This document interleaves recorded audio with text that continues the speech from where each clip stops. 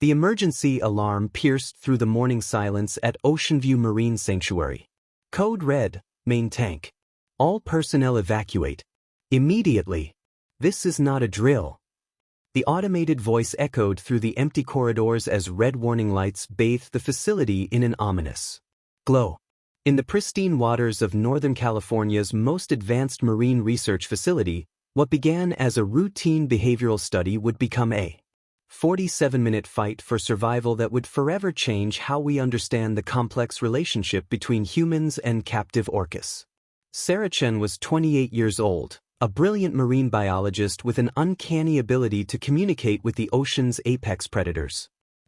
Had no idea that her deep trust in these magnificent creatures would nearly cost her everything. This is Sarah's story. A story of scientific passion, captive intelligence, and the moment when 18 years of suppressed wildness exploded into a life-or-death struggle beneath 8 million gallons of seawater. You're about to witness one of the most harrowing survival encounters ever recorded between human and orca. If you're fascinated by the raw power of nature and the thin line between research and danger, make sure you stay with us, because what Sarah experienced in that tank will change how you see these incredible animals forever. Chen wasn't just another marine biologist. She was considered one of the leading experts in orca behavioral psychology on the West Coast. Born in 1995 in San Francisco, Sarah grew up with an obsession with marine life that began during childhood visits to the Monterey Bay Aquarium. Her passion for understanding whale communication started when she was 12 years old and witnessed a pod of wild orcas during a whale watching expedition. Sarah's academic journey was exceptional. She graduated summa cum laude from Stanford with a degree in marine biology, then completed her PhD at UC San Diego with a dissertation on vocal learning and emotional expression in captive or sinus orca. Her research had been published in National Geographic and featured in marine biology journals worldwide. Colleagues described Sarah as fearless, compassionate, and possessing an almost supernatural ability to read orca behavior. Dr. Marcus Webb, who had worked with Sarah for 2 years, recalls her saying, "These animals don't just think, they feel. They remember. They hold grudges and they form bonds that run deeper than most humans can comprehend." But it was Sarah's unwavering belief in the emotional intelligence of captive orcas that would ultimately put her in mortal danger. She believed that with enough patience and respect, any orca could be understood and safely studied. She trusted them completely.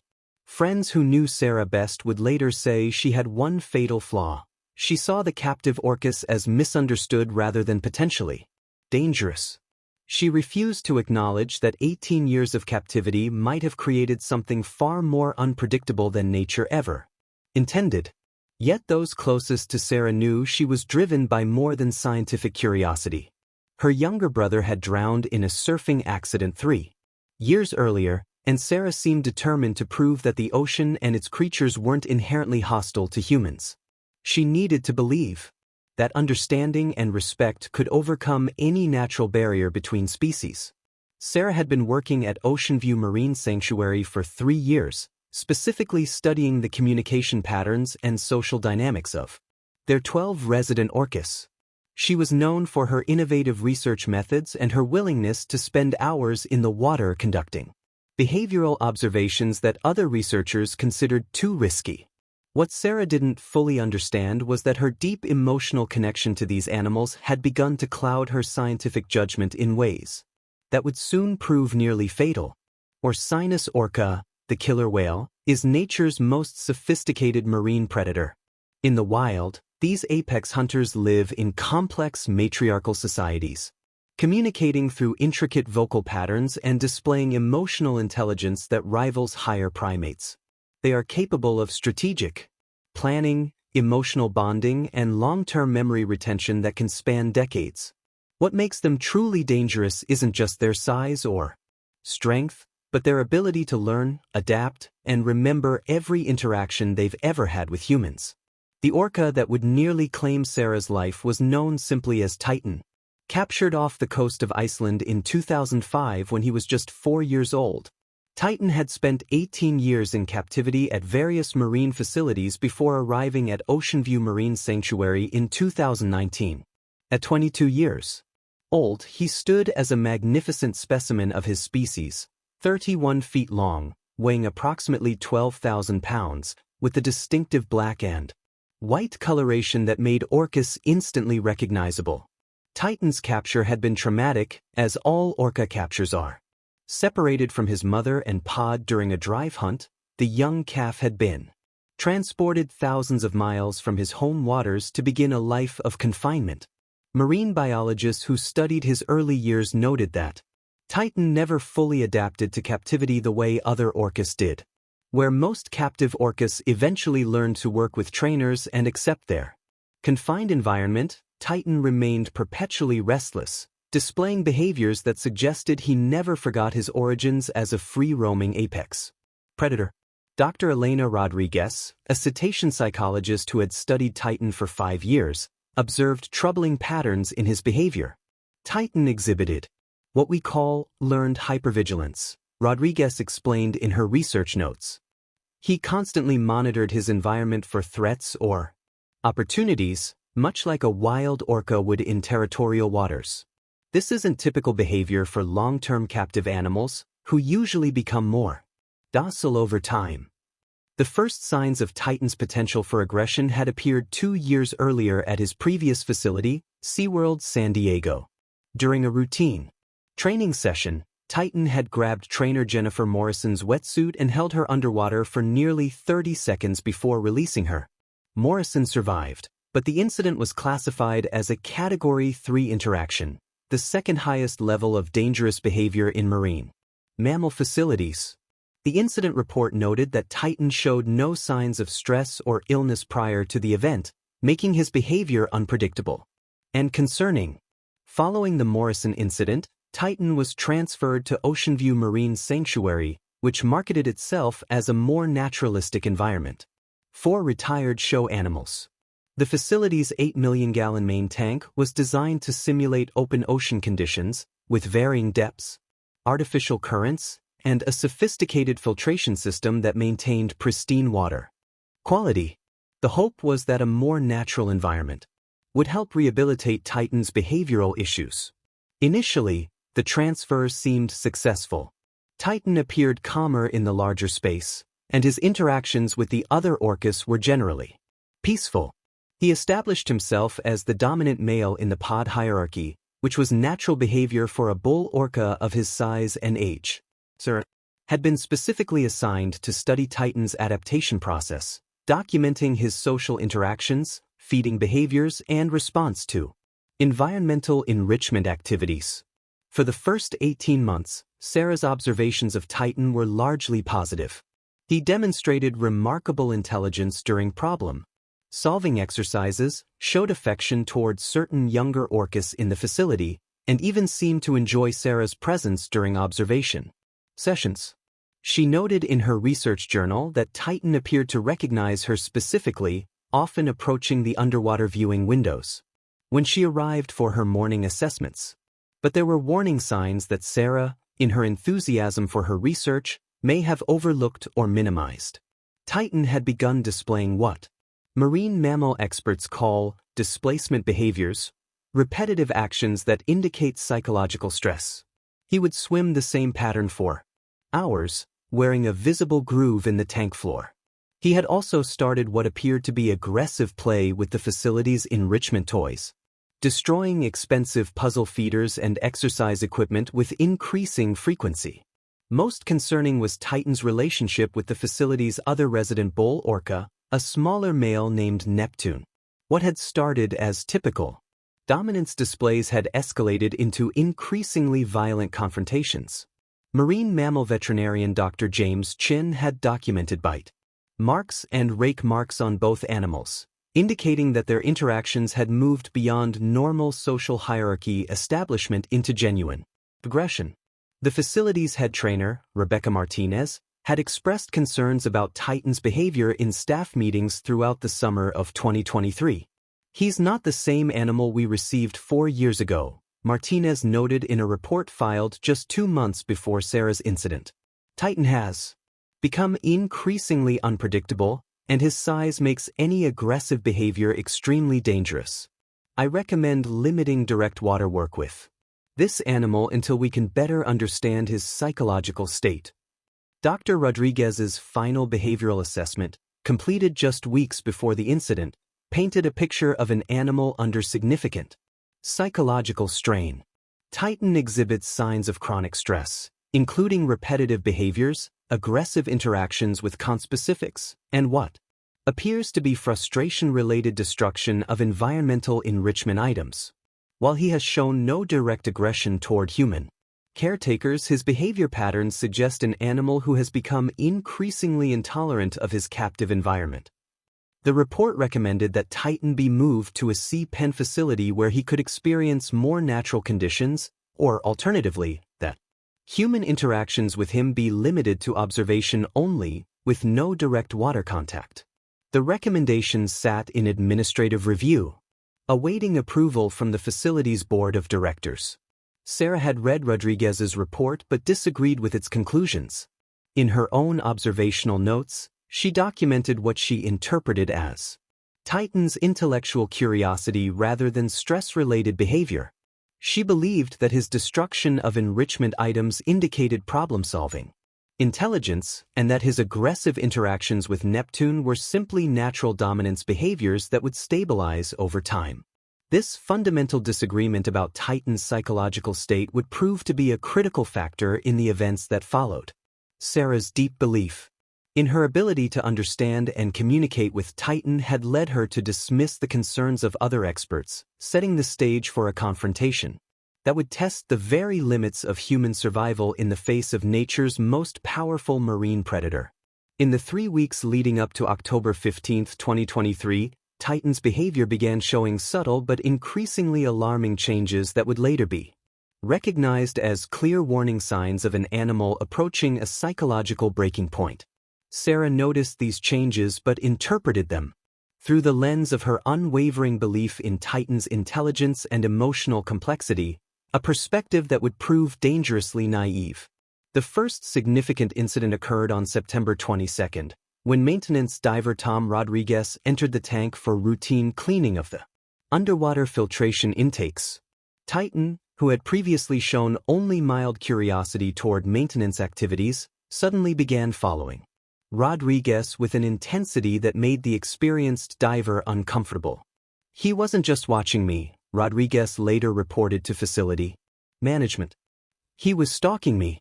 Every time I moved to a new location, he would position himself between me and the exit. I've been diving with marine mammals for 15 years, and I've never felt like prey before." Rodriguez completed his maintenance work but recommended that future diving operations in Titan's tank be postponed until the animal's behavior could be better understood. Sarah, who was observing from the underwater viewing area during the incident, documented what she saw as increased social curiosity and enhanced environmental awareness. She noted that Titan's positioning relative to Rodriguez demonstrated sophisticated spatial intelligence and possible protective behavior toward his territory. Dr. Elena Rodriguez, the cetacean psychologist, reviewed the underwater footage and reached a dramatically different conclusion. "What I'm seeing is predatory reconnaissance behavior," she explained to the facility's animal care committee. "Titan is exhibiting hunting patterns that we typically only observe in wild orcas stalking prey.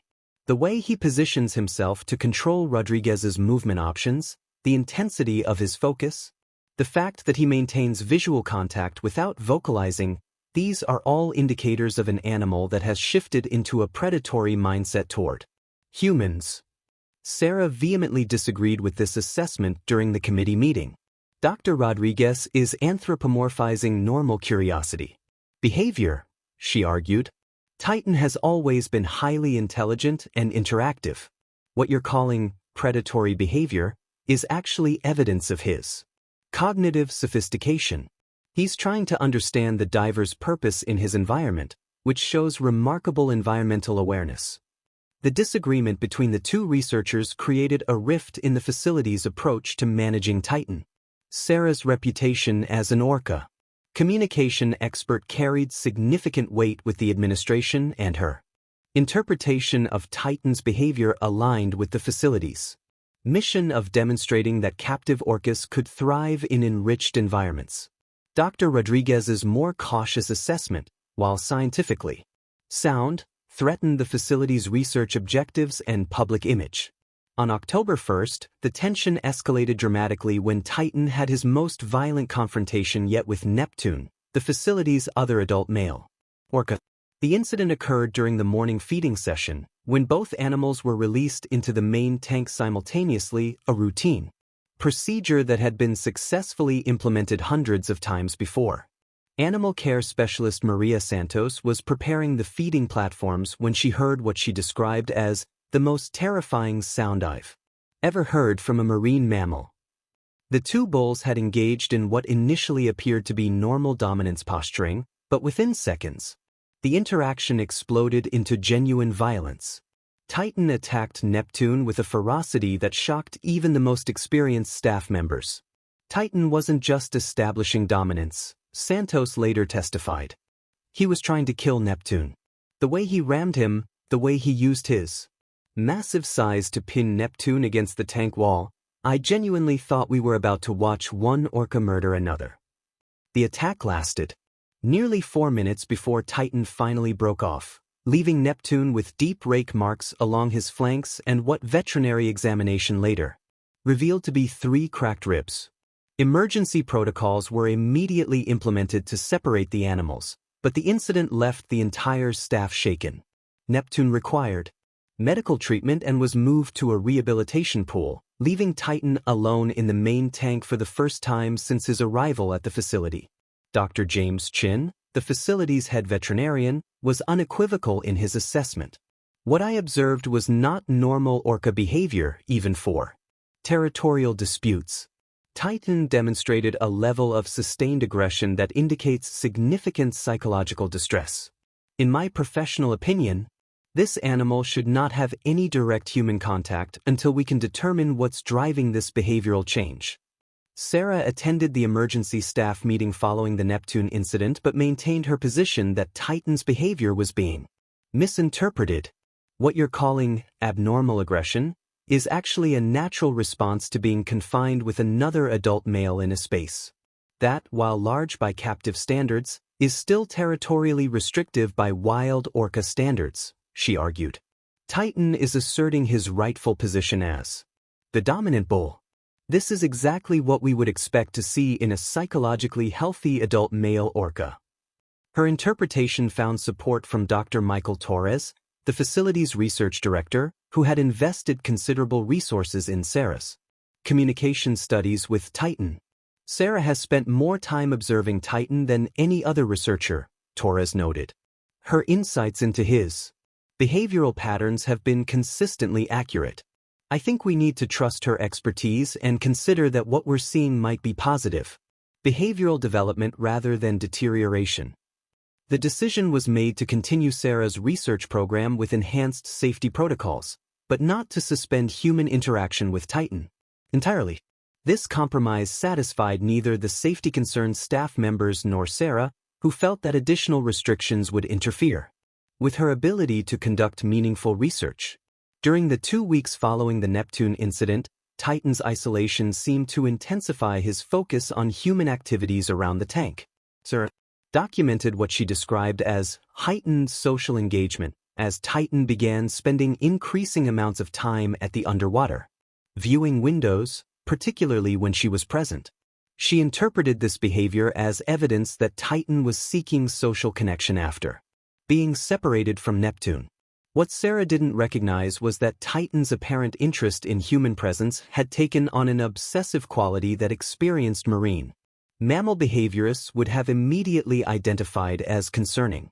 Security footage from this period shows Titan following staff members as they moved around the observation deck, positioning himself to maintain visual contact even when they moved to different areas of the facility.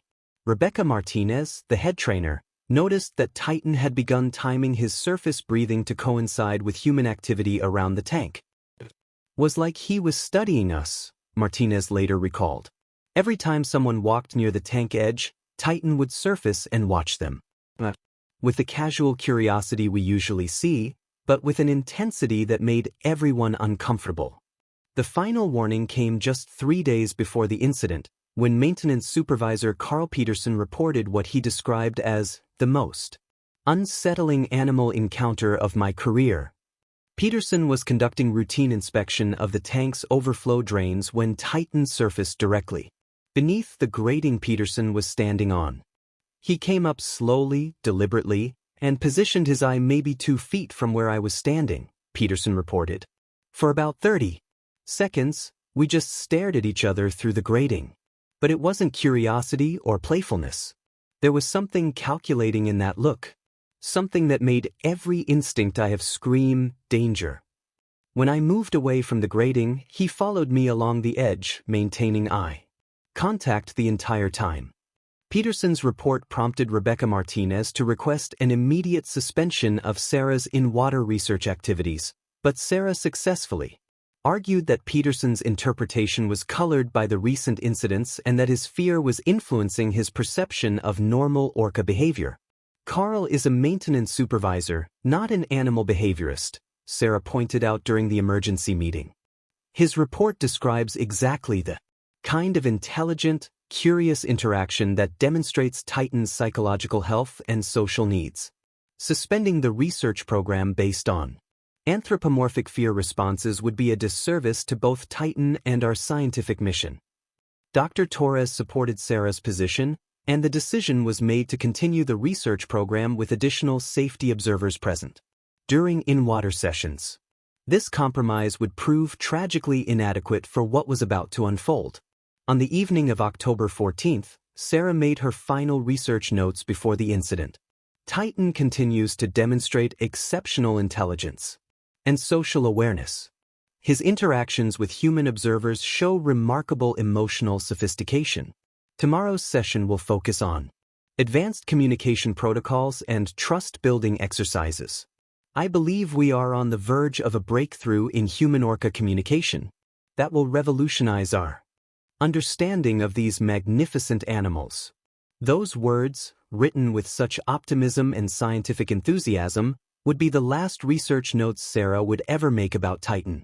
Within 18 hours, her unshakable faith in the power of human-animal connection would be tested in the most brutal way imaginable, as she found herself fighting for her life against an apex predator who had been trying to tell everyone exactly what he was capable of. Sunday, October 15, 2023, 6:47 a.m. The Northern California coast was shrouded in its typical autumn marine layer, with visibility reduced to less than 50 feet beyond the facility's glass walls. The temperature had dropped to 52 degrees Fahrenheit overnight, and a steady 15-knot wind from the northwest created small whitecaps in the sanctuary's outdoor pools. Inside the climate-controlled main facility, the conditions were perfect for marine mammal research, 72 degrees ambient temperature, with the tank water maintained at a precise 55 degrees. Sarah arrived at the facility 43 minutes earlier than usual, driven by excitement about the communication breakthrough she believed was imminent with Titan. She had spent the previous evening reviewing video footage of their recent sessions, analyzing what she interpreted as increasingly sophisticated responses to her underwater hand signals and vocal cues. Her research journal from the night before contained detailed plans for advanced interaction protocols that she was eager to implement. The facility was nearly empty at this early hour. Weekend skeleton crews meant that only 3 staff members were on duty: security guard David Kim, marine veterinarian Dr. Lisa Park, who was monitoring the overnight medical observation of a recovering sea lion, and animal care specialist Jennifer Walsh, who was preparing the morning feeding protocols for the facility's various marine mammals. Sarah's presence wasn't unusual. She frequently arrived early to conduct observations before the daily hustle of tourist activities began. Titan was in the northeast section of the main tank, approximately 60 feet from the primary observation deck. Sarah noted his position in her observation log, subject positioned at mid-depth, exhibiting slow, methodical swimming patterns. breathing intervals averaging 3.2 minutes, which is within normal resting parameters. No observable signs of stress or agitation. What Sarah recorded as methodical swimming would later be recognized by expert analysts as patrolling behavior, the systematic territorial reconnaissance that wild orcas exhibit when they perceive potential threats or opportunities in their environment. The massive orca had been awake for approximately 2 hours, according to the overnight monitoring logs. Unlike the other orcas in the facility, who typically engaged in social interactions during their active periods, Titan had spent the early morning hours alone, swimming the same precise pattern along the tank's eastern wall. Security footage from this period shows him surfacing every few minutes at exact the same location, suggesting a level of environmental control and spatial awareness that indicated heightened alertness rather than relaxation. At 7:15 a.m., Sarah completed her initial behavioral assessment and made the decision that would change her life forever. She decided to enter the water for what she classified as a routine communication session with Titan. Her research protocols called for these sessions to last approximately 30 minutes, during which she would use underwater hand signals, vocal cues, and positioning exercises to test Titan's responsiveness to human communication attempts. Sarah's preparation routine was meticulous, developed over 3 years of in-water research with various orcas. She donned her 5mm wetsuit, checked her emergency air supply, tested her underwater communication device, and verified that her emergency whistle was securely attached to her safety vest. The facility's safety protocols required that all in-water research be conducted with a safety observer present, but the early hour meant that Sarah would need to wait until 8 a.m. when additional staff arrived, or proceed with remote monitoring only. Sarah chose to proceed with remote monitoring, believing that her extensive experience with Titan made additional human presence unnecessary. She activated the facility's emergency alert system, which would automatically notify security if the panic button on her safety vest was triggered, and she informed security guard Kim of her intentions via radio communication. This is Dr. Chen beginning in-water observation session with Titan at 0715 hours. She radioed to the security station. Estimated duration 30 minutes. Emergency protocols are active. Kim acknowledged the communication and made the appropriate log entries, noting that Dr. Chen was beginning routine research activity in main tank. What neither Sarah nor Kim fully understood was that Titan had been tracking human activities around the facility with increasing precision throughout the week.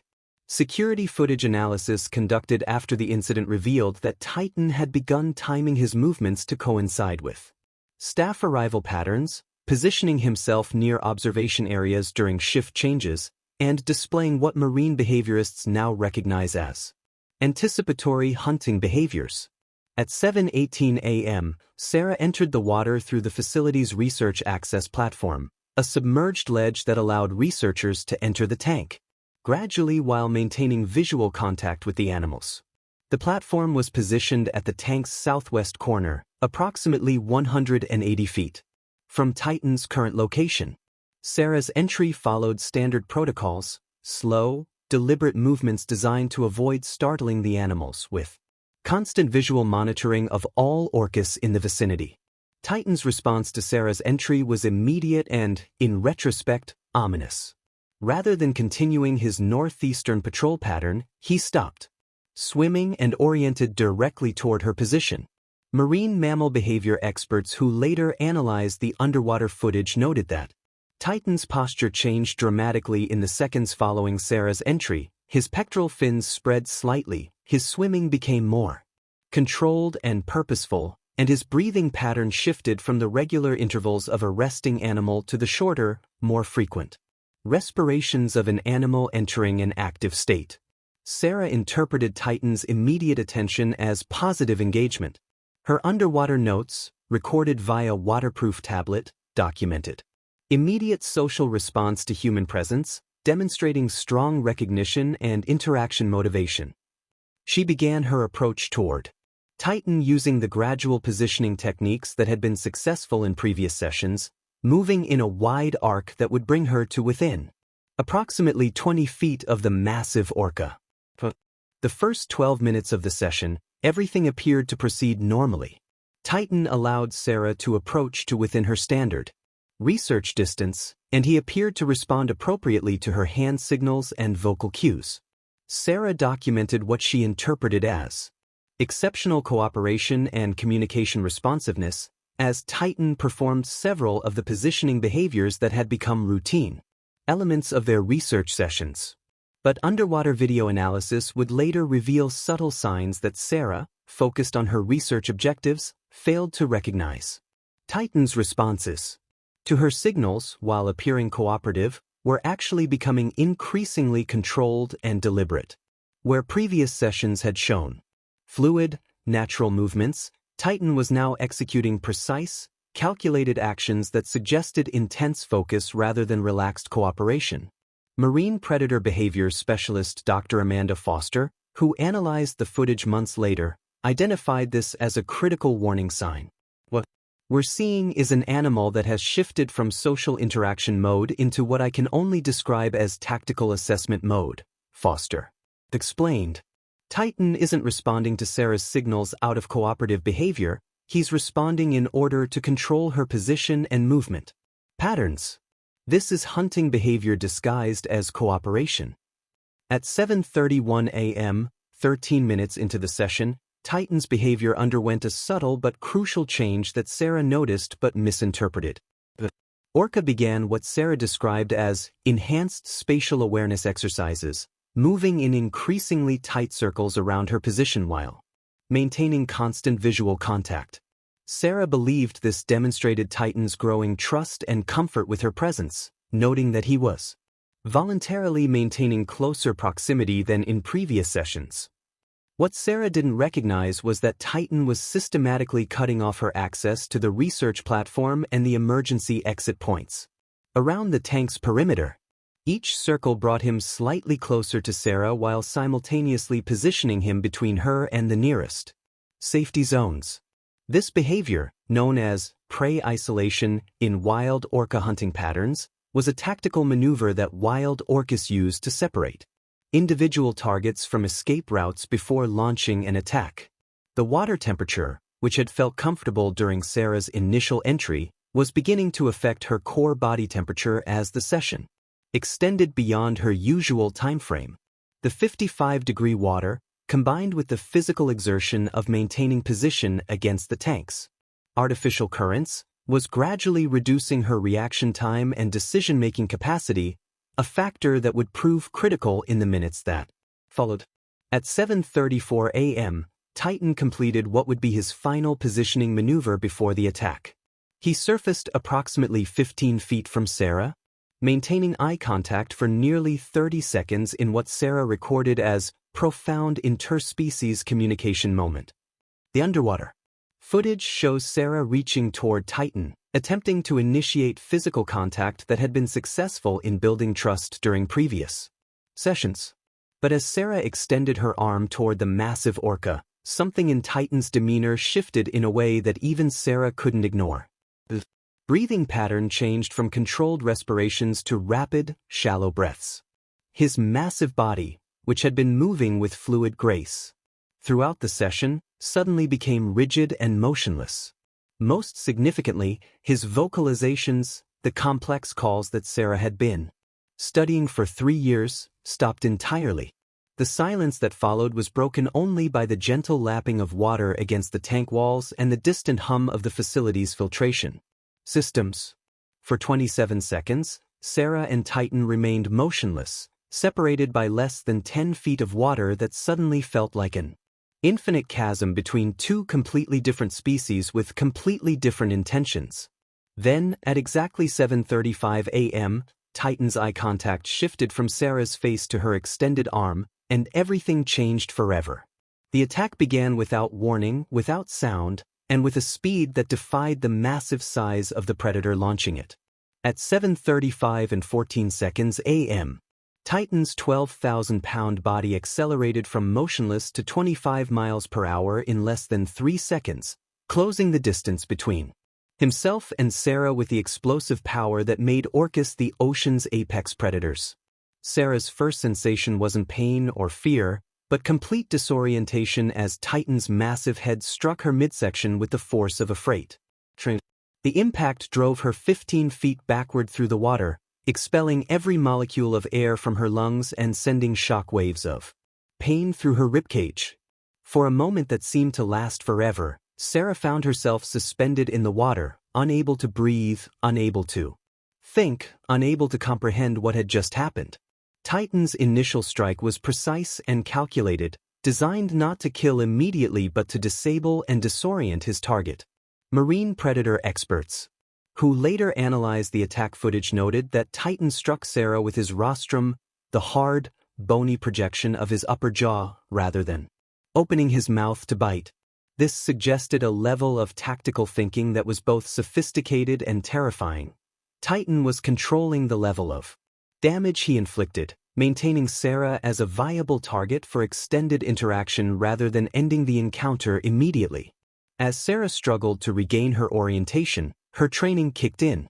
3 years of safety protocols and emergency procedures flooded her mind. Stay calm, maintain visual contact with the animal, move slowly toward the nearest exit point, activate emergency signals. But as she turned toward the research platform, her blood turned to ice. Titan had positioned himself directly between her and the platform, his massive black and white form blocking her primary escape route. For the first time since entering the water, Sarah felt genuine fear. Not the intellectual concern of a researcher aware of inherent risks, but the primal terror of prey recognizing a predator.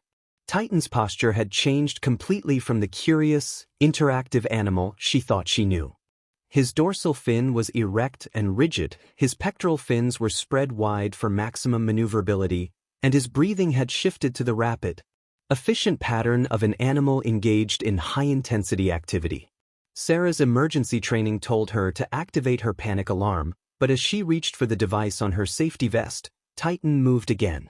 This time, his approach was slower, more deliberate, circling her position in a tightening spiral that marine biologists recognize as classic predatory stalking behavior. Each circle brought his massive form closer to Sarah, and each circle further reduced her. Options for escape. Security guard David Kim, monitoring the facility from the main station, noticed unusual patterns on the underwater camera feeds. The motion sensors had detected increased activity in the main tank, but Kim initially assumed this was normal research behavior. It wasn't until he switched to the high-definition underwater cameras that he realized something was terribly wrong. "Jesus Christ," Kim whispered as he saw Titan's positioning relative to Sarah. His hands flew to the emergency communication system. "Code red, main tank. Code red, main tank. Dr. Chen is in immediate danger. All emergency personnel respond immediately," Kim's voice echoed through the facility's communication system as he simultaneously triggered the automated emergency protocols that would summon outside emergency services. In the tank, Sarah heard the distant sound of the emergency alarm but couldn't process its significance. Her entire world had narrowed to the 12,000 pounds of predator that was systematically removing her options for survival. Titan completed another circle, this one bringing him within 8 feet of her position, close enough that Sarah could see the details of his scarred skin and the cold intelligence in his dark eye. Then Titan did something that transformed Sarah's fear into absolute terror. He vocalized not the complex, musical calls that Sarah had been studying, but a series of short, sharp sound bursts that Sarah had never heard before. Marine acoustics experts who later analyzed the underwater recordings identified these vocalizations as aggressive threat calls, sounds that wild orcas make immediately before attacking prey or engaging in violent territorial disputes. Sarah's survival instincts finally overcame her scientific training. She began swimming frantically toward the secondary exit platform on the tank's eastern wall, her arms and legs working desperately to propel her through the water. But swimming frantically was exactly the wrong response to make when being stalked by an apex predator, and Titan's reaction was immediate and devastating. The orca's second attack was a full predatory strike. Titan launched himself through the water with his mouth open, his massive jaws capable of exerting 19,000 pounds of pressure per square inch. Sarah saw the attack coming and managed to twist her body at the last second, causing Titan's jaws to close on her left arm rather than her torso, a movement that likely saved her life but condemned her to unimaginable pain. The sensation of being gripped by an orca's jaws defied description. Sarah later said it felt like being caught in a hydraulic press lined with knives. Titan's 48 conical teeth, each up to 4 inches long, punctured her wetsuit and bit deep into the muscle and bone of her left arm. But worse than the immediate pain was the realization that she was now completely at the mercy of a predator that outweighed her by more than 100 to 1. Titan began what marine biologists call prey manipulation behavior, using his massive head to shake and disorient his target. Sarah found herself being whipped back and forth through the water like a rag doll, her body subjected to G-forces that threatened to render her unconscious. Each shake sent waves of agony through her arm and shoulder, and she could feel her strength ebbing with each passing second. But Sarah's ordeal was just beginning. Rather than maintaining his grip until she drowned or bled out, Titan released her arm and immediately repositioned himself for another attack. This pattern, attack, release, reposition, would continue for the next 47 minutes as Titan demonstrated hunting behaviors that were both sophisticated and sadistic. Dr. Lisa Park, the facility's veterinarian, was the first staff member to reach the main tank. What she saw through the underwater viewing windows would haunt her for the rest of her career. Sarah was bleeding heavily from her arm, but she was still conscious and trying to swim, Park later testified. Titan was circling her like a shark, coming in for these calculated strikes and then backing off. It was like he was playing with her, testing different attack strategies. Park immediately activated her radio. "We need marine animal control specialists immediately. Titan has Sarah in a full predatory attack pattern. She's injured but alive. We need options for intervention now." The desperation in Park's voice reflected the horrifying reality that the facility had no protocols for extracting a human from an active orca attack. In the water, Sarah was learning the brutal mathematics of survival. Every second she remained conscious was a second she might find an opportunity to escape, but every second also brought her closer to exhaustion, blood loss, and death. Her left arm was essentially useless, hanging at her side and streaming blood into the pristine tank water. The 55-degree temperature that had felt comfortable during her research session was now working against her, accelerating hypothermia and reducing her body's ability to cope with trauma. Titan's third major attack targeted Sarah's legs, his massive jaws closing around her right thigh with bone-crushing force. This time, instead of releasing her immediately, he began what marine mammal experts recognize as prey drowning behavior, pulling his target deeper into the water to prevent breathing. Sarah found herself being dragged toward the bottom of the 40-foot deep tank, her lungs burning as she fought to hold what little air she had left.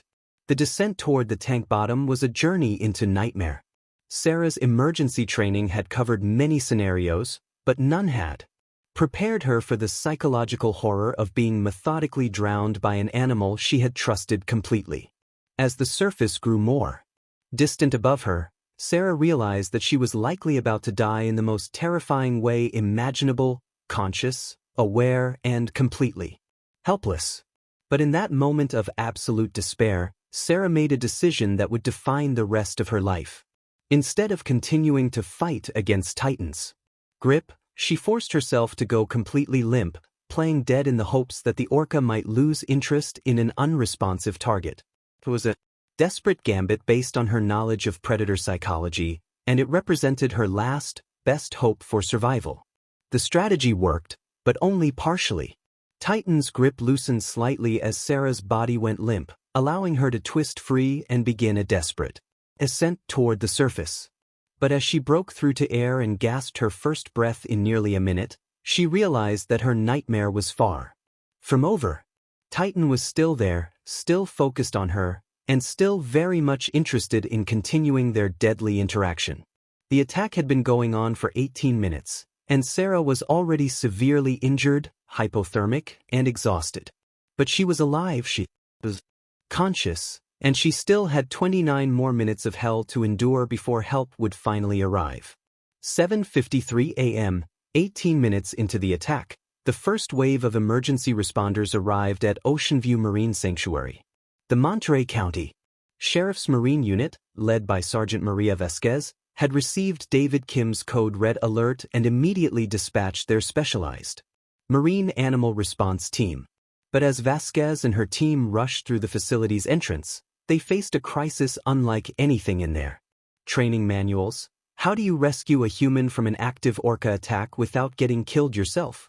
The scene that greeted the first responders was simultaneously surreal and horrifying. Through the massive underwater viewing windows, they could see Sarah Chen floating near the surface of the 8-million-gallon tank, blood streaming from multiple wounds, while a 6-ton orca circled her with predatory intent. The pristine blue water had taken on a pink tinge from Sarah's blood, and the emergency lighting cast an eerie red glow throughout the facility. In 23 years of emergency response, I had never seen anything like it, Sergeant Vasquez later testified. We had protocols for water rescues, for animal attacks, for medical emergencies, but nothing in our training covered extracting a victim from an active predator encounter. With an animal that size, we were literally making it up as we went along. Dr. Lisa Park, the facility's veterinarian, had positioned herself at the main observation deck and was providing real-time updates on Sarah's condition via radio. Victim is conscious but showing signs of severe blood loss and hypothermia. Multiple puncture wounds to left arm and right. Animal is maintaining aggressive posture and blocking access to all exit points. We need marine animal control specialists immediately. The challenge facing the rescue team was unprecedented in its complexity. Standard protocols for dangerous animal encounters typically involved either removing the animal from the vicinity or removing the victim to safety. But Titan outweighed any land-based predator by thousands of pounds, existed in an aquatic environment where human rescuers would be at a severe disadvantage, and had demonstrated sophisticated tactical thinking that made conventional animal control methods ineffective. Captain James Morrison of the Monterey County Fire Department Marine Rescue Unit arrived at 7:56 a.m. with specialized water rescue equipment, but immediately recognized the impossibility of a conventional rescue approach. We couldn't put divers in the water, that would just give the orca additional targets, Morrison explained. We couldn't use nets or tranquilizers because of the risk to the victim. We were dealing with an intelligent predator in its own environment, and all of our usual tools were useless. Meanwhile, in the tank, Sarah was fighting a desperate battle for survival that was becoming increasingly one-sided. The combination of blood loss, hypothermia, and exhaustion was taking its toll on her ability to evade Titan's continued attacks. Her left arm was completely numb and she could feel her strength ebbing with each passing minute. Worse, Titan seemed to be learning from each encounter, adapting his attack strategies to counter Sarah's defensive maneuvers. At 8:02 a.m., Wildlife Control Specialist Robert Chen arrived with the county's marine mammal response equipment. Chen had 15 years of experience dealing with problematic marine mammals, but had never faced an orca in full predatory mode. His assessment of the situation was grim. Standard distraction techniques won't work with an animal this size and this focused. Tranquilizers would take too long to take effect and might cause the orca to become more aggressive. We need to find a way to fundamentally change the animal's behavioral state. The breakthrough came from an unexpected source. Dr. Elena Rodriguez, the cetacean psychologist who had warned about Titan's behavioral deterioration, arrived at the facility at 8:05 a.m. and immediately suggested a radically different approach.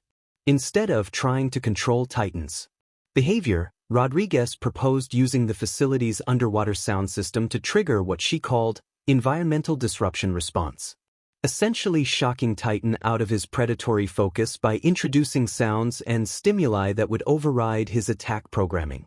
Orcas in predatory mode enter a kind of tunnel vision state where they become completely focused on their target, Rodriguez explained to the assembled rescue team. But they're also highly sensitive to environmental changes that might indicate the presence of threats or competition. We can create enough sensory disruption, we might be able to break his focus and give Sarah a window to escape. The plan was desperate and untested, but it was the only option that didn't involve putting additional human lives at risk. Rodriguez worked with the facility's technical staff to program a sequence of underwater sounds, lights, and water current changes designed to simulate the arrival of a competing orca pod, a situation that would cause even the most aggressive orca to reassess its priorities. At 8:12 a.m., 29 minutes into the attack, the intervention began. The facility's underwater speaker system erupted with the recorded calls of a wild orca pod, played at volumes loud enough to be heard for miles in the open ocean.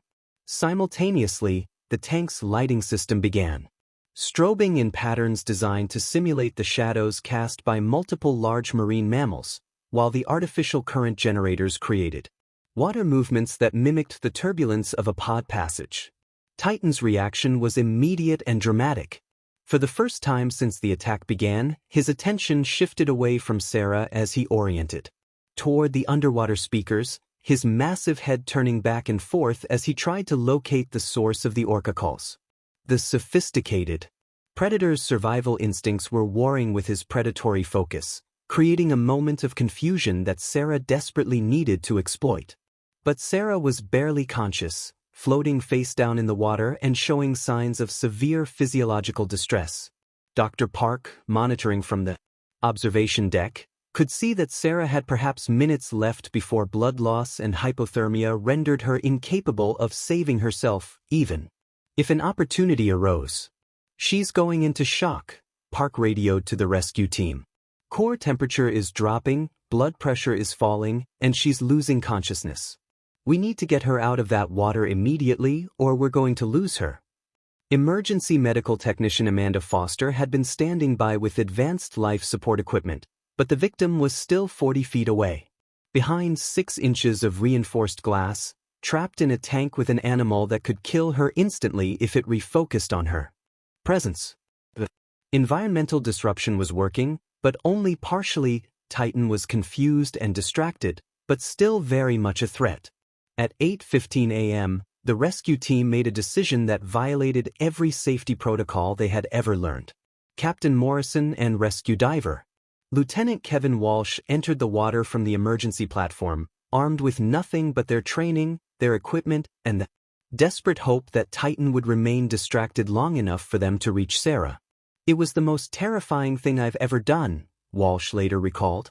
Swimming toward a woman who was barely alive while a killer whale the size of a school bus was 20 feet away, knowing that if that animal decided we were threats, we were all dead.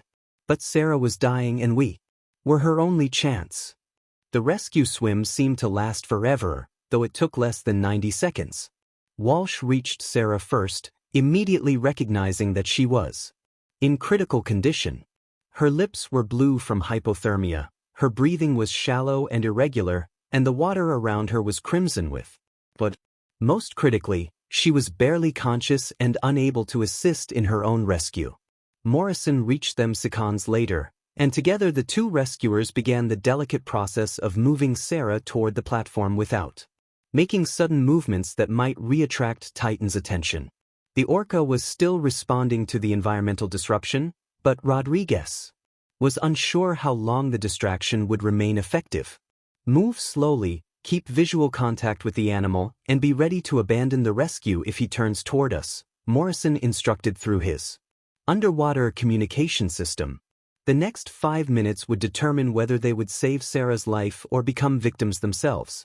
At 8:21 a.m., 38 minutes after the attack began, Sarah Chen was pulled from the water onto the emergency platform.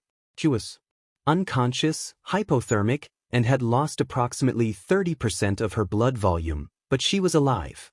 The most harrowing marine animal rescue in California history was over, but Sarah's fight for survival was just beginning. As the rescue team worked frantically to stabilize Sarah for transport to the trauma center, Titan continued to circle the tank, the environmental disruption gradually losing its effectiveness as his predatory programming reasserted itself. The sophisticated apex predator had been denied his prey, but the 47 minutes of terror he had inflicted would leave scars that would never fully heal. Sarah Chen arrived at Monterey Peninsula Regional Medical Center at 8:47 a.m. in critical condition, her body temperature having dropped to 89 degrees Fahrenheit and her blood pressure barely maintaining consciousness. The trauma team, led by Dr. Michael Santos, had been alerted to expect a marine animal attack victim, but nothing in their experience had prepared them for the extent of Sarah's injuries. When we first saw her, I wasn't sure she was going to make it, Dr. Santos later recalled. She had deep puncture wounds from the orca's teeth that had damaged major muscle groups in her left arm and right leg. The hypothermia was severe enough to affect her heart rhythm, and she had lost so much blood that her hemoglobin levels were dangerously low. But what struck me most was her psychological state. Even while unconscious, she was showing signs of severe trauma response. The medical team's first priority was stabilizing Sarah's core temperature and blood volume. She was immediately placed on heated fluids and wrapped in warming blankets while receiving emergency blood transfusions. The puncture wounds required extensive surgical repair with orthopedic surgeon Dr. Jennifer Park working for 6 hours to reconstruct the damaged muscles and ligaments in Sarah's left arm. The orca's teeth had created what we call crush injuries, Dr. Park explained.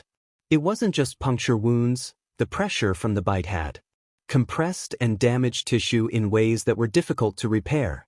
Sarah was looking at months of reconstructive surgery and physical therapy, assuming she survived the immediate trauma. While Sarah fought for her life in surgery, the investigation into what had gone wrong at Oceanview Marine Sanctuary was already beginning. The California Department of Fish and Wildlife, in coordination with federal marine mammal protection agencies, launched an immediate inquiry into the facility's safety protocols and animal management procedures. The decision about Titan's fate was swift and uncompromising. At 2:30 p.m. on October 15th, less than 7 hours after the attack, Titan was euthanized via lethal injection while sedated in the main tank. The decision was made by a joint committee of wildlife officials, veterinarians, and facility administrators who concluded that an orca that had attacked a human posed an unacceptable risk for future incidents. Dr. Elena Rodriguez, who had warned repeatedly about Titan's deteriorating psychological state, was present during the euthanization process. Was heartbreaking, she later stated. Titan wasn't a monster, he was a highly intelligent animal who had been driven to aggression by 18 years of captivity. His death was a tragedy that could have been prevented if we had listened to the warning signs. The euthanization process took nearly 4 hours to complete safely, requiring specialized equipment to deliver the lethal injection to an animal of Titan's size while he remained in the water. Marine veterinarian Dr. James Chen, who administered the final injection, described it as the most difficult professional decision of my career.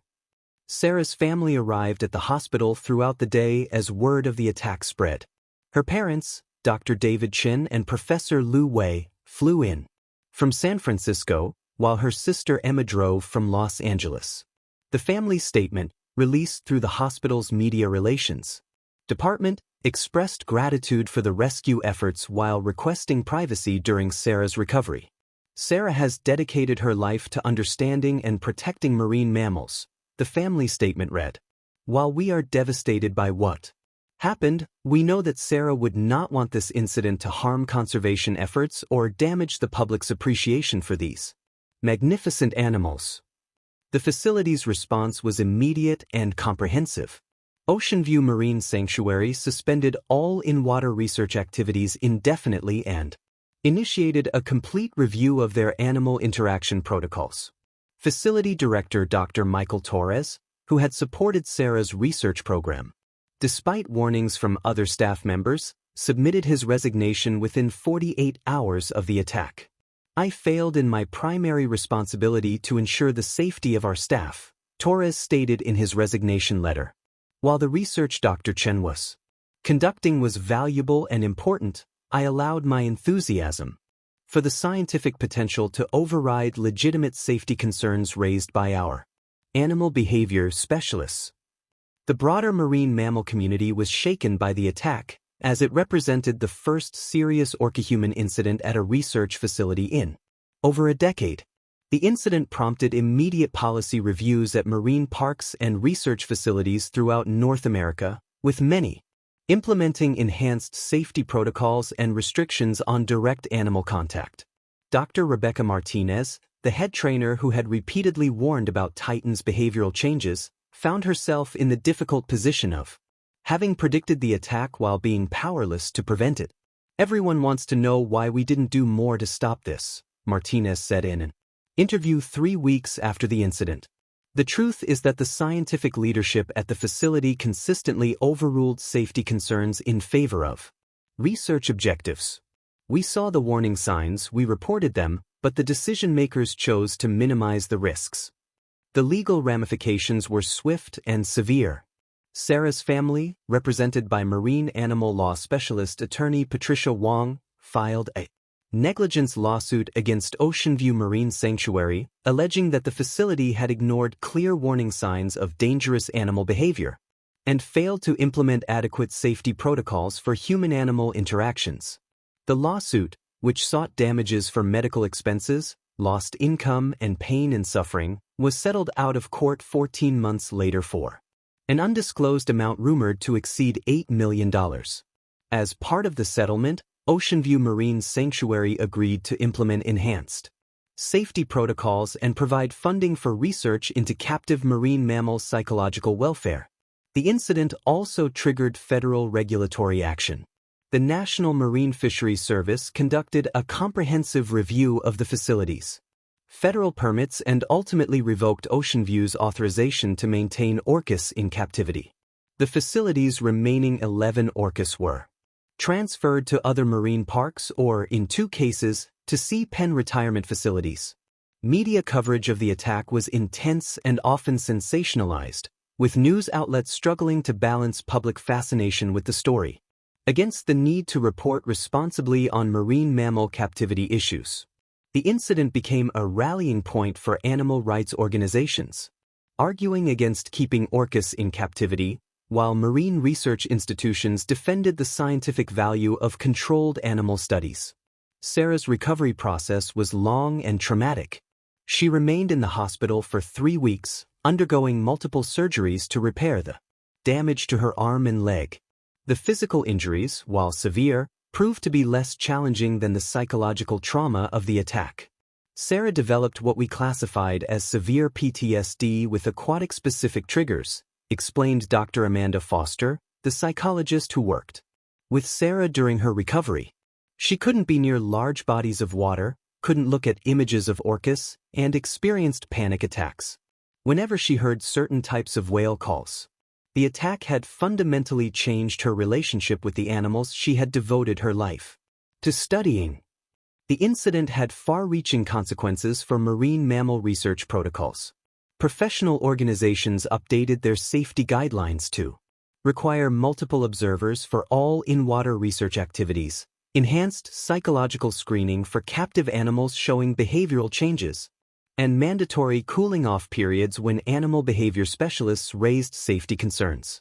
6 months after the attack, Sarah attempted to return to marine biology research at a different facility, but found herself unable to work effectively with marine mammals.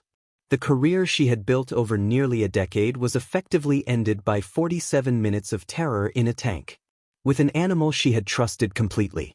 The Oceanview Marine Sanctuary itself never recovered from the incident, facing lawsuits, regulatory sanctions, and a complete loss of public confidence. The facility ceased operations 18 months after the attack. The facility's closure marked the end of one of the most ambitious marine mammal research programs in the United States.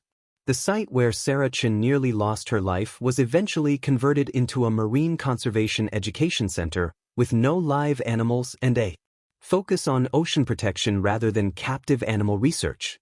A small memorial plaque near the entrance honors both Sarah's dedication to marine science and Titan's memory as a victim of the captive animal industry. Today, the incident continues to influence marine mammal policy and research protocols. Sarah's survival story has become a case study in emergency response procedures, while Titan's behavioral deterioration serves as a warning about the psychological impacts of long-term captivity on highly intelligent marine mammals.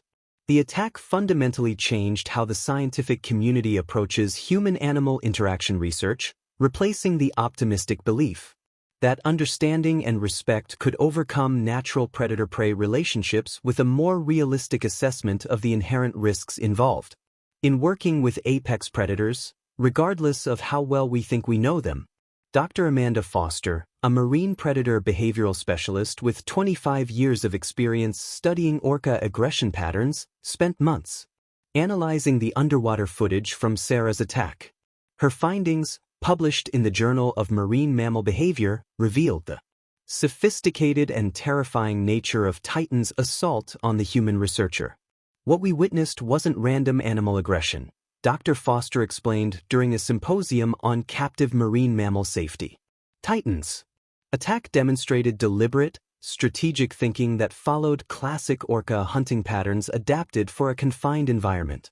It systematically cut off Sarah's escape routes, varied his attack strategies based on her responses, and demonstrated what can only be described as tactical patience throughout the 47-minute encounter. Foster's analysis identified 3 distinct phases in Titan's attack behavior. The initial phase, lasting approximately 12 minutes, involved what she termed prey assessment and isolation, behaviors designed to evaluate Sarah's capabilities and remove her access to safety zones. The second phase, spanning 22 minutes, consisted of controlled predation, where Titan inflicted damage while maintaining Sarah as a viable target for continued interaction. The final phase involved environmental adaptation, as Titan modified his behavior in response to the rescue team's distraction techniques. The most disturbing aspect of the attack was Titan's apparent understanding that he could control the level of damage he inflicted, Foster noted. When he grabbed Sarah's arm and leg, he could have easily severed limbs or caused immediately fatal injuries. Instead, he chose bite pressures and durations that would disable and traumatize without immediately killing. This suggests a level of cognitive sophistication in aggression that we're only beginning to understand in captive orcas. Dr. Marcus Rodriguez, a marine mammal neuroscientist at the University of California Marine Biology Institute, conducted a comprehensive analysis of Titan's brain tissue following the euthanization. His findings provided crucial insights into the neurological impact of long-term captivity on orca behavior and cognition. Titan's brain showed significant structural changes consistent with chronic stress and social isolation, Rodriguez reported. The hippocampus, which is responsible for memory and spatial navigation, showed signs of atrophy that we typically associate with severe psychological trauma. More concerning were the changes in the amygdala and prefrontal cortex, brain regions that control emotional regulation and decision-making. Rodriguez's neurological analysis revealed that Titan's brain had essentially rewired itself during 18 years of captivity, developing neural pathways associated with hypervigilance, aggression, and social anxiety. What we found was a brain that had adapted to captivity by becoming increasingly focused on threat assessment and territorial control, Rodriguez explained. Titan wasn't just an aggressive animal, he was an animal whose brain had been fundamentally altered by the psychological stress of confinement. The medical analysis of Sarah's injuries provided additional insights into orca attack dynamics. Dr. Jennifer Park, the orthopedic surgeon who reconstructed Sarah's damaged limbs, worked with marine biomechanics specialists to understand the precise mechanics of orca bite injuries. Orca teeth are designed for gripping and tearing marine mammals with thick blubber layers, Dr. Park explained. When applied to human tissue, which lacks those protective layers, the damage is catastrophic. Titan's bite force of approximately 19,000 pounds per square inch created what we call hydraulic injuries, damage caused not just by the teeth themselves, but by the tremendous pressure that essentially exploded tissue at the cellular level. The medical team's analysis revealed that Sarah's survival was largely due to Titan's apparent decision to inflict non-fatal injuries. If Titan had wanted to kill Sarah immediately, he easily could have, Park noted. The fact that she survived suggests that Titan was engaging in what we might call extended predatory play, rather than efficient killing behavior. Dr. Elena Rodriguez, the cetacean psychologist who had warned about Titan's behavioral deterioration, provided crucial insights into the psychological factors that led to the attack. Her analysis focused on the human elements that had created the conditions for disaster. Sarah's attack was the inevitable result of a perfect storm of human error, institutional failure, and misguided anthropomorphism, Rodriguez explained. We had multiple warning signs over several months that Titan was experiencing severe psychological distress, but these warnings were consistently dismissed or reinterpreted through the lens of wishful thinking about human-animal relationships. Rodriguez identified what she termed expert bias as a critical factor in the incident. Sarah was so invested in her belief that she could communicate with and understand Titan that she became unable to objectively assess his behavioral changes. Her expertise actually worked against her because it gave her confidence to dismiss concerns that a less experienced researcher might have taken more seriously. The psychological analysis extended beyond Titan's mental state to examine the broader institutional failures that enabled the attack. Dr. Robert Kim, an organizational psychologist who studied the decision-making processes at Oceanview Marine Sanctuary, identified systemic problems that contributed to the disaster. The facility had created what we call a normalization of deviance culture, Kim explained. Increasingly dangerous behaviors were gradually redefined as acceptable because each individual incident didn't seem catastrophic enough to warrant major changes. By the time Titan attacked Sarah, the facility had essentially trained itself to ignore warning signs. Kim's analysis revealed that Oceanview's administration had received over 40 written reports documenting concerning behaviors from Titan in the 6 months preceding the attack. Each report was individually dismissed or minimized, but collectively they painted a clear picture of an animal moving toward a violent incident, Kim noted. The facility's investment in its research program created institutional blindness to risks that should have been obvious. Marine veterinarian Dr. Chen provided medical insights into the physiological factors that influenced Titan's behavior during the attack period. Her analysis of Titan's blood work and tissue samples revealed elevated stress hormones and neurochemical imbalances consistent with severe psychological disturbance. Titan's cortisol levels were 3 times higher than normal for a captive orca, Chen reported. His testosterone levels were also significantly elevated, indicating heightened aggression and territorial behavior. From a purely physiological standpoint, Titan was an animal under extreme stress who was primed for violent behavior.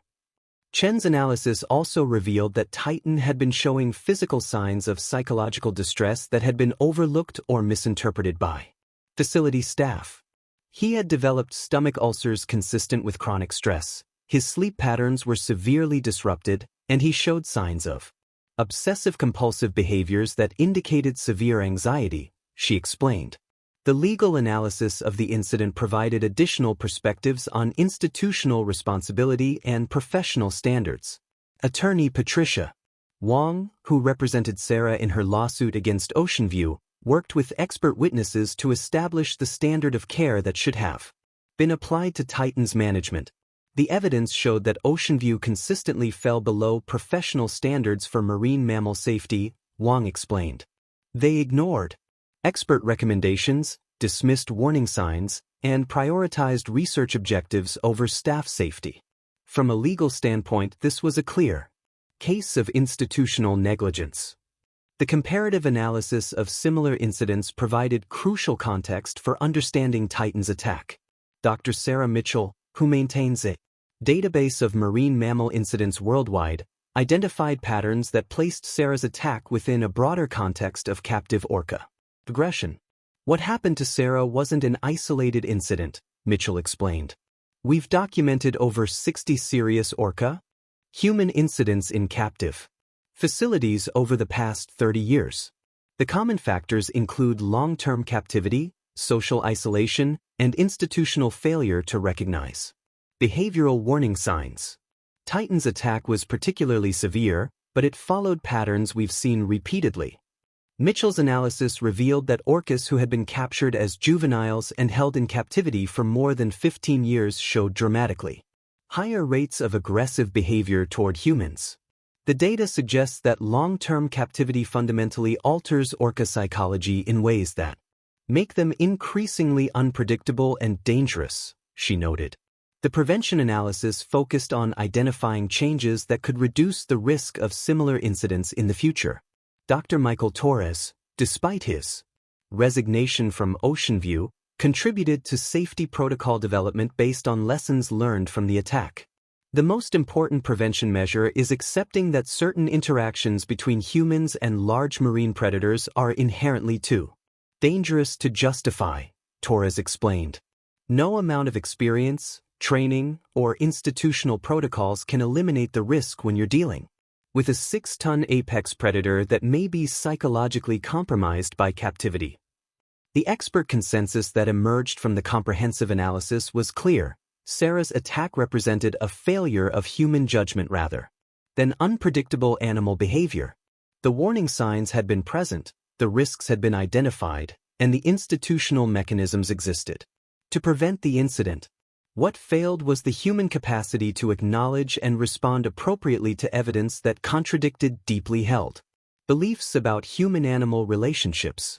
The attack fundamentally challenged the marine research community's assumptions about the safety and ethics of captive marine mammal research, leading to industry-wide changes in safety protocols and a broader reconsideration of the justification for keeping highly intelligent marine predators in captive environments for research purposes.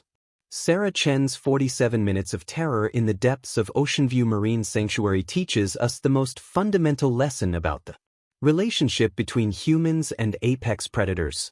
Respect for these magnificent creatures must include an acknowledgement of their capacity for violence, regardless of how well we believe we understand them. Sarah's unwavering faith in her ability to communicate with Titan, while admirable in its dedication to science, ultimately became the very quality that nearly cost her life. The tragedy of Sarah's attack lies not in the unpredictability of animal behavior, but in the entirely predictable human failure to heed clear warning signs. 4 months before the incident, multiple experts had documented Titan's psychological deterioration and escalating aggression. Behaviorists, veterinarians, trainers, and facility staff had all expressed concerns about the orca's mental state and the risks associated with continued human interaction. Yet these warnings were consistently dismissed or reinterpreted through the lens of scientific optimism and institutional investment in research programs. The prevention lessons from Sarah's case are both clear and sobering. First, expert warnings about animal behavior must be taken seriously, regardless of their implications for research programs or institutional objectives.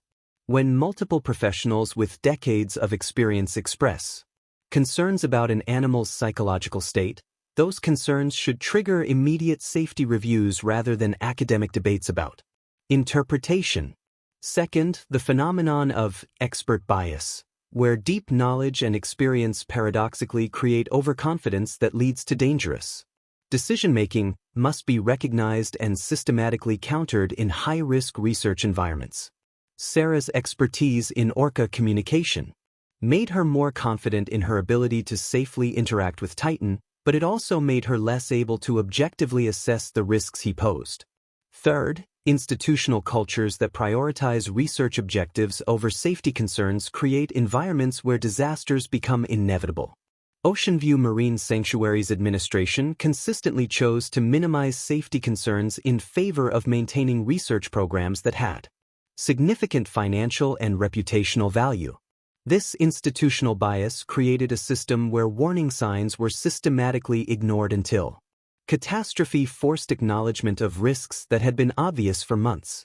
Fourth, the physical and psychological effects of long-term captivity on highly intelligent marine mammals must be factored into all human-animal interaction protocols.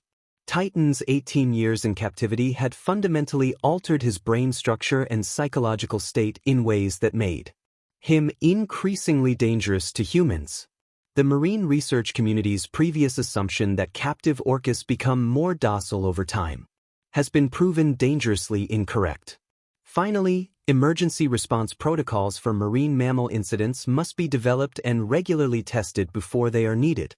The rescue team that saved Sarah's life was forced to improvise techniques that had never been tested or practiced, creating additional risks for both the victim and the rescuers. The successful use of environmental disruption techniques to distract Titan during the rescue operation has now become standard protocol for similar emergency situations. Sarah's legacy extends far beyond her personal survival story to encompass fundamental changes in how the scientific community approaches marine mammal research. Her attack marked a turning point in the ongoing debate about the ethics and safety of keeping highly intelligent marine predators in captive environments for research purposes. The Sarah Chen incident, as it has become known in marine biology circles, prompted the development of new safety protocols that are now standard throughout the marine research community. The Chen protocols require multiple independent behavioral assessments before any in-water research can be conducted, mandatory cooling-off periods when concerns are raised about animal psychological state, and enhanced emergency response capabilities at all facilities housing large marine mammals. More significantly, Sarah's attack contributed to a broader reconsideration of the fundamental ethics of captive marine mammal research. The incident provided powerful evidence that the psychological costs of captivity for highly intelligent animals like orcas may be so severe that they cannot be ethically justified, regardless of the potential scientific benefits. Today, nearly all major marine research institutions have moved away from captive orca research programs in favor of field studies of wild populations. The scientific insights that researchers like Sarah sought to gain through controlled captive studies are now being pursued through non-invasive observation techniques, remote sensing technologies, and temporary interaction protocols that allow for scientific study without long-term captivity. Sarah herself has become an advocate for ethical marine research practices, despite the personal cost of her ordeal. Speaking at the Marine Mammal Science Conference 3 years after her attack, she reflected on the lessons learned from her traumatic experience. "I spent my career believing that understanding and respect could bridge any gap between humans and marine mammals," Sarah said. "What I learned in that tank with Titan is that true respect sometimes means acknowledging boundaries that cannot and should not be crossed. Titan was trying to tell us for months that he was suffering, but we were so focused on what we wanted to learn from him that we couldn't hear what he was actually saying." Sarah's physical recovery was remarkable, though incomplete. After 14 surgeries and 3 years of physical therapy, she regained most of the function in her damaged arm and leg. The scars from Titan's teeth remain visible, serving as permanent reminders of her encounter with nature's most powerful marine predator. But the psychological scars proved more challenging to heal. The PTSD that followed Sarah's attack was severe and persistent. For years, she was unable to be near large bodies of water or view images of marine mammals without experiencing panic attacks. The career she had built studying the animals she loved was effectively ended by 47 minutes of terror that fundamentally changed her relationship with the ocean and its inhabitants. However, Sarah's healing process eventually led to a new career in marine conservation policy, where her unique experience provided powerful testimony for ethical treatment of marine mammals. Her advocacy work has contributed to legislation restricting the capture and display of marine mammals for entertainment purposes and has supported funding for field research programs that study wild orcas in their natural environments. The facility where Sarah's attack occurred, Oceanview Marine Sanctuary, never recovered from the incident. The combination of legal liability, regulatory sanctions, and public relations disaster proved insurmountable. The facility's closure 18 months after the attack marked the end of one of the most ambitious captive marine mammal research programs in the United States. The site has been transformed into the Pacific Marine Conservation Education Center, which focuses on ocean protection and marine ecosystem research without housing live marine mammals.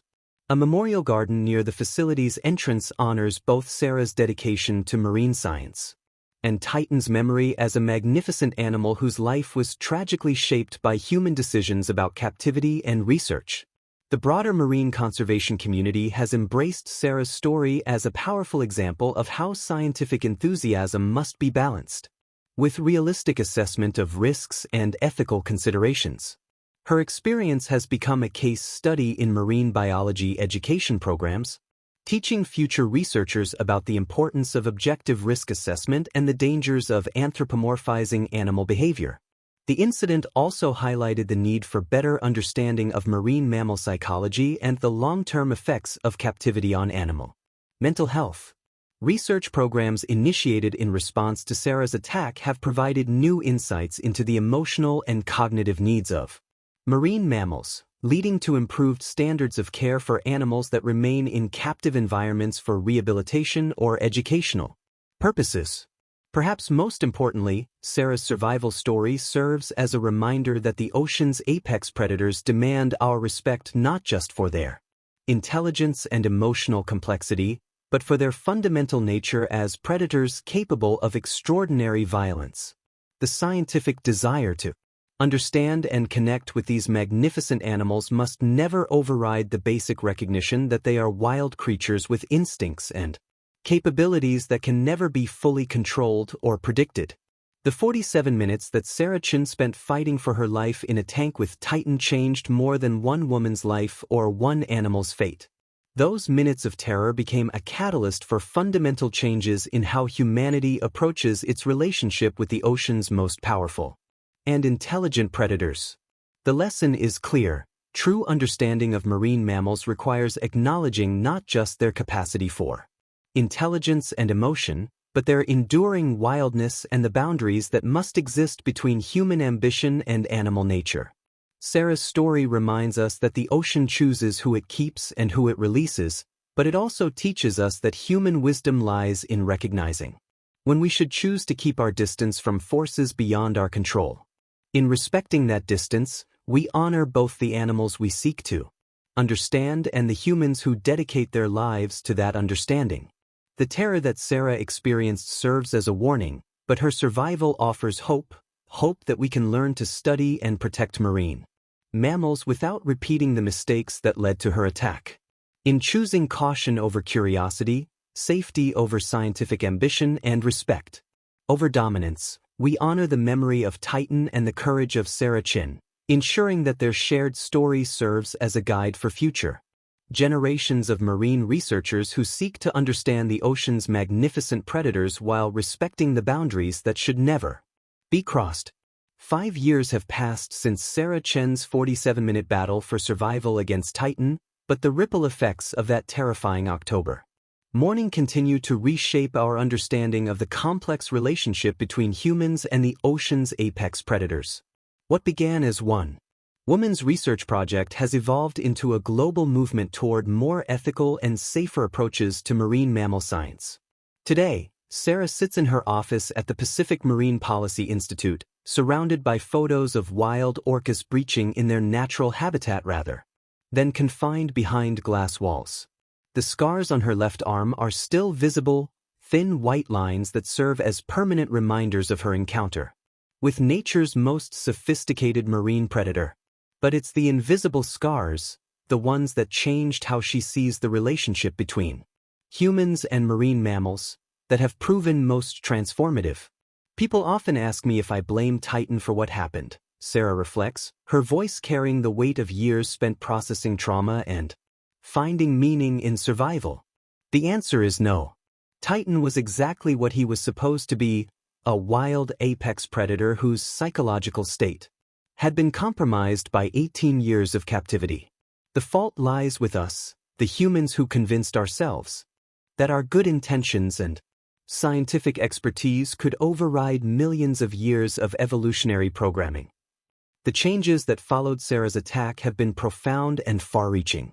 The International Marine Mammal Research Consortium, formed in response to the incident, has established new global standards for human-animal interaction research that prioritize animal psychological welfare and human safety in equal measure. These standards, known internationally as the Chen protocols, require extensive psychological evaluation of captive marine mammals before any direct human contact is permitted. Dr. Elena Rodriguez, the cetacean psychologist whose warnings about Titan's deteriorating mental state went unheeded, now serves as the head of the consortium's Animal Welfare Committee. Sarah's attack was a wake-up call for our entire field, Rodriguez explains. We realized that we had been so focused on what we could learn from these animals that we had forgotten to ask whether we should be learning it at the cost of their psychological well-being. The facility where Sarah's attack occurred has been completely transformed. The former Oceanview Marine Sanctuary, now the Pacific Marine Conservation Education Center, houses no live marine mammals.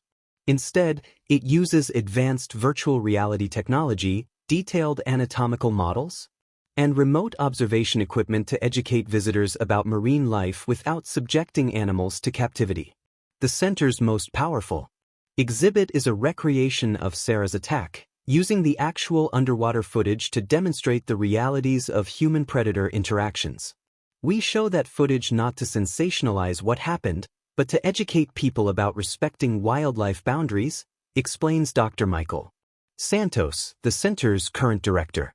Sarah's experience teaches us that love and respect for animals must include acknowledgement of their inherent wildness and our own limitations in understanding and controlling that wildness. The memorial garden outside the center features two plaques, one honoring Sarah's dedication to marine science and survival, and another remembering Titan as a magnificent animal whose life was shaped by human decisions about captivity. Visitors often stop to read both plaques, finding in their juxtaposition a powerful lesson about the complexity of human-animal relationships. Rebecca Martinez, the former head trainer who had repeatedly warned about Titan's behavioral changes, now works as a consultant helping marine facilities transition away from captive display programs toward conservation and rehabilitation focuses. The industry has fundamentally changed since Sarah's attack, Martinez notes. Facilities that once prioritized entertainment and research are now focused on animal welfare and conservation education. It's taken a tragedy to get us there, but it's the right direction. The scientific community's response to Sarah's attack has been equally transformative. Major research universities have discontinued captive orca research programs in favor of field studies that observe wild populations in their natural environments. New technologies, including satellite tracking, underwater drones, and remote biometric monitoring, allow researchers to gather detailed behavioral and physiological data without the need for direct human-animal interaction. Dr. Amanda Foster, whose analysis of Titan's attack patterns revealed the sophisticated nature of orca predatory behavior, has become a leading advocate for non-invasive research methods. We're learning more about orca behavior, communication, and social structures from wild populations than we ever learned from captive animals, Foster explains. Sarah's attack taught us that the stress of captivity fundamentally alters these animals in ways that make captive research findings questionable at best. The legal ramifications of the attack continue to influence marine mammal policy worldwide. The precedent set by Sarah's successful lawsuit against Oceanview has empowered other victims of marine mammal incidents to seek accountability from institutions that prioritize research or entertainment over safety. More importantly, the case established legal standards for institutional responsibility in managing potentially dangerous marine mammals. Attorney Patricia Wong, who represented Sarah in her landmark case, now specializes in marine mammal law and has helped draft legislation in multiple states restricting the use of large marine mammals for research and entertainment purposes. Sarah's case proved that institutions can be held accountable when they ignore expert warnings about animal behavior, Wang explains. That legal precedent has encouraged more responsible management practices throughout the industry. The international impact of Sarah's story extends beyond policy changes to influence a new generation of marine biologists who approach their field with greater awareness of ethical considerations and safety requirements. Marine biology programs now include mandatory coursework on research ethics, animal welfare, and risk assessment, ensuring that future researchers understand both the potential and the limitations of human-animal interaction studies. Dr. Jennifer Walsh, who was one of the staff members present during Sarah's rescue, now teaches marine mammal behavior at UC San Diego. Her courses include detailed case studies of captive animal psychological deterioration, using Titan's progression from curious subject to dangerous predator as a primary example of how captivity stress can fundamentally alter animal behavior. I tell my students that loving animals means respecting their boundaries, Walsh explains. Sarah's attack happened because we convinced ourselves that love and understanding could overcome natural predator-prey relationships. We were wrong, and that mistake nearly cost Sarah her life. The emergency response innovations developed during Sarah's rescue have become standard protocols at marine facilities worldwide. The environmental disruption techniques that Dr. Rodriguez used to distract Titan during the rescue operation are now part of emergency response training at every facility housing large marine mammals. The rapid deployment and coordination of multiple emergency services has also become a model for crisis response in marine environments. Captain James Morrison, who led the rescue team that pulled Sarah from the water, now trains emergency responders in marine mammal incident protocols. What we learned from Sarah's rescue is that traditional emergency response methods don't work when you're dealing with intelligent marine predators, Morrison explains. We had to develop entirely new approaches that could work in aquatic environments with animals that outweigh and outmaneuver human rescuers. Sarah's personal journey from victim to advocate has inspired countless others who have survived traumatic animal encounters. Her book, 47 Minutes, A Survivor's Journey from Fear to Understanding, has become required reading in marine biology and animal behavior programs. The book's central message, that true understanding of animals requires acknowledging our limitations rather than overestimating our abilities, has influenced approaches to wildlife research across multiple disciplines. Writing about the attack was part of my healing process, Sarah explains. But I also wanted to make sure that other researchers could learn from my mistakes without having to experience the terror I went through. If my story prevents even one similar incident, then those 47 minutes of hell will have served a purpose. The broader conservation movement has embraced Sarah's story as a powerful example of how human activities can negatively impact marine mammal welfare. Environmental organizations use her experience to advocate for stronger protections for wild marine mammals and restrictions on activities that remove these animals from their natural environments. The ongoing research into marine mammal psychology, sparked by questions raised by Titan's behavioral deterioration, has revealed the profound emotional and cognitive capabilities of these animals. This research has strengthened arguments for treating marine mammals as sentient beings, deserving of protection and respect rather than as subjects for human use and entertainment. Perhaps most importantly, Sarah's survival story serves as a permanent reminder that the ocean's apex predators, regardless of how well we think we know them, remain wild animals capable of lethal violence. The scientific community's previous confidence in its ability to safely interact with these animals has been replaced by a more humble recognition of the boundaries that must exist between human ambition and animal nature. As Sarah concludes her reflection on the 5 years since her attack, her message is clear and urgent. Respect for marine mammals must include respect for their capacity to harm us. True love for these animals means keeping them in environments where they can express their natural behaviors without being forced into potentially dangerous interactions with humans. The ocean belongs to them, not to us, and our research must reflect that fundamental truth. The 47 minutes that changed Sarah Chen's life forever continue to ripple through the marine research community, serving as both warning and guide for how humans should approach their relationship with the ocean's most magnificent and dangerous predators. In respecting the boundaries between species, we honor both the animals we seek to understand and the humans who dedicate their lives to that understanding, ensuring that the terror Sarah experienced serves as the foundation for a more ethical and safer future for marine mammal.